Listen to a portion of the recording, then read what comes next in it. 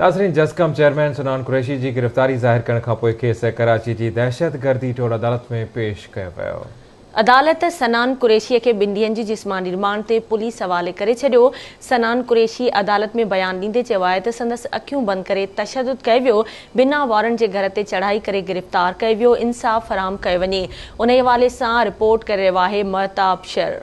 GSN क़ौमी महाल जे chairman सनान कुरैशी खे सॼी सिंध में थियल भरपूर एहतजाजनि बैदि नेठ मलिर कैंट थाणे ते गिरफ़्तारी ज़ाहिर करण बैदि कराची जी दहशतगर्द टोड़ अदालत में पेश कयो वियो। दहशतगर्दी टोड़ अदालत सनान कुरैशी जो 2 ॾींहनि जे जिस्मानी रिमांड मंज़ूर कंदे खेसि पुलिस हवाले करे छॾियो। जिस्कम चेयरमैन सनान कुरैशी अदालत में पेशे दौरान ॻाल्हाईंदे चयो त संदसि घर ते ॿियो भेरो चढ़ाई करे संदसि बीमार भाउ GM कुरैशी ते तशद्दुद कयो वियो आहे। हिन चयो त पुरअमन अदम तशद्दुद वारे सैद जी वाट ते हलण बावजूदि असां सां चोरनि ऐं धाड़ेलनि वारो सलूक कयो पियो वञे। जिस्कम चेयरमैन चयो त संदसि अखियूं ॿधी मथसि वहशाणो तशद्दुद कयो वियो आहे। उन मौक़े ते मौजूद कानूनदाननि ऐं क़ौम परस्तनि अॻवान सैयद गुलाम शाह, डॉक्टर नियाज़ कालानी, इलाही बख्श बेकक ऐं ॿियनि चयो त गिरफ़्तारियुनि, तशद्दुद ऐं जेलनि सां सिंध जे शऊर खे ख़त्म नथो करे सघिजे।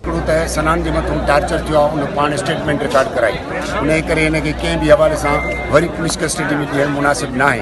ऐं ॿी ॻाल्हि इहा आहे त उनखे जुडिशियल कस्टडी में मोकिलियो वञे। नंबर ॿी ॻाल्हि त हीअ जेके ऑलरेडी 120 माण्हू पिया आहिनि थिया, इहे 2 ॾींहनि जो रिमांड ऑलरेडी वरितो वियो, जंहिंमें कुझु बि जेको उन्हनि खे पुछिणो हो पुछी वरितो। हाणे गैर ज़रूरी फ़क़ति उनखे टार्चर ॾियण जे लाइ उते थाणनि जे हवाले करणु, पुलिस जे हवाले करणु मुनासिब न आहे। उन करे हिननि खे फौरी जुडिशियल कस्टडी मोकिलियो वञे।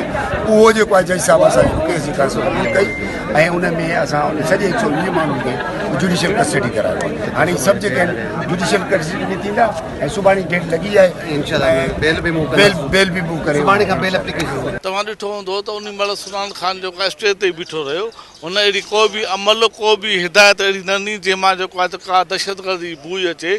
हुन मुकमिल तौर ते पुरअमन नमूने सां जेको आहे धरणो आयो सभिनी अॻवान समेत।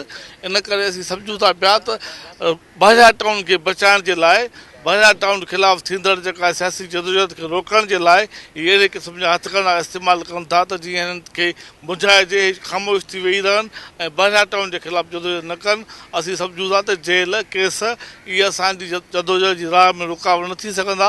मलीर वारनि जे जिन जे ज़मीनुनि ते कब्ज़ो मलिक रियाज़ वारा गॾिजी कनि था, सुभाणे वोटनि लाइ तव्हां इन्हनि ते ई वेंदा। तंहिं करे असां अॼु बि चऊं था त मलिक रियाज़ जी पुठी छॾियो, इन सिंधी माण्हुनि जी मालिकी कयो। बाक़ी असांजो क़ौमी फ़र्ज़ु आहे, सिंधी माण्हुनि जी मालिकी वारसी कयूं था, कंदा रहंदासीं। इहे जेल थाणा, इहे भाइयूं असांजे लाइ असांखे क़बूल आहिनि। सॼी सिंध में थियल एहतजाज खां पोइ सनान कुरैशी खे अदालत में पेश कयो वियो, जॾहिं त वकीलनि जे पैनल जो चवणु आहे त बेगुनाह गिरफ़्तार थियल 120 कारकुन जी सुभाणे ज़मानत मंज़ूर थियण जी उमेदु आहे।